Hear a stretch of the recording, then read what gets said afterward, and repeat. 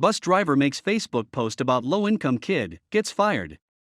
A bus driver, unable to get an incident off his mind, took to Facebook and made a post about an encounter he had with a middle schooler. He was told to take it back or get fired. He chose the latter. Did he do the right thing?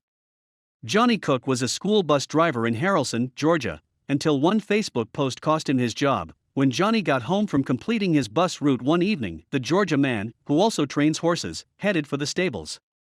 While trying to work with an animal, however, one story kept replaying in his head.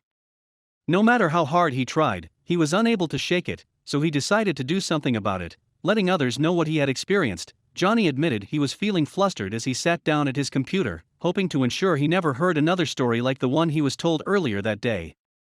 A middle schooler got on my bus this evening and said, "Mr. Johnny, I'm hungry," the bus driver wrote on social media. "Why are you hungry, buddy?" Johnny recalled asking the child, "Didn't you eat lunch?" He wasn't prepared for the answer he was about to get. He said, "No sir, I didn't have any money on my account," Johnny furthered, describing the exchange with the hungry student. Dumbfounded, he clarified the kid's statement, asking, "They wouldn't let you charge it?" He was again told, "No sir." This didn't sit well with Johnny Cook for a number of reasons.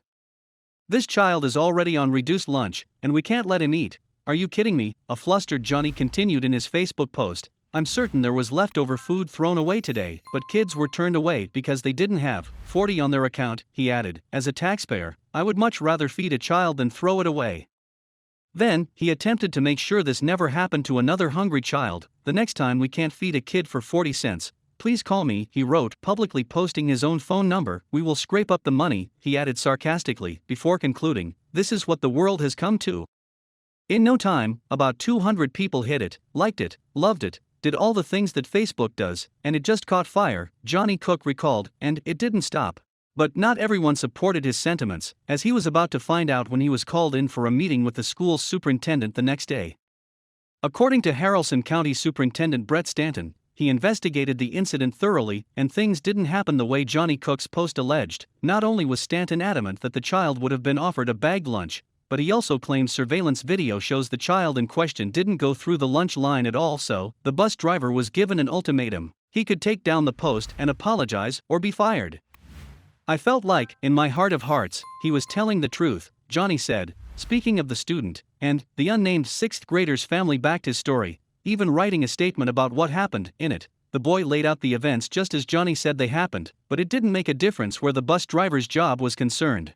Believing the student, Johnny refused to back down and recant the story, resulting in his termination, but he has no regrets. "I'm proud that I was able to take a stand where others might not have been able to, and that I can maybe, in some little way, cause a change," he said, according to CNN, which also reported that this isn't the first time a student has allegedly gone without a meal at school because of a lunch debt.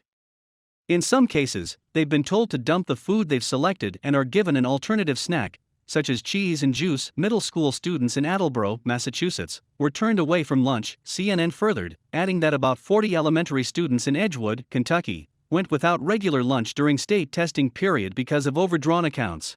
While it's a parent's responsibility to pay for their child's lunch, the school should be the first line of defense in identifying those who don't have their basic needs met. But, when asked if someone should have realized the child didn't eat, Superintendent Stanton responded, "When you have almost 1,000 students, it's very difficult to notice." With a remark like that, it seems the wrong man got fired. Johnny Cook is exactly the kind of person we should want looking out for our child, not those who find it too difficult to notice whether they are being fed.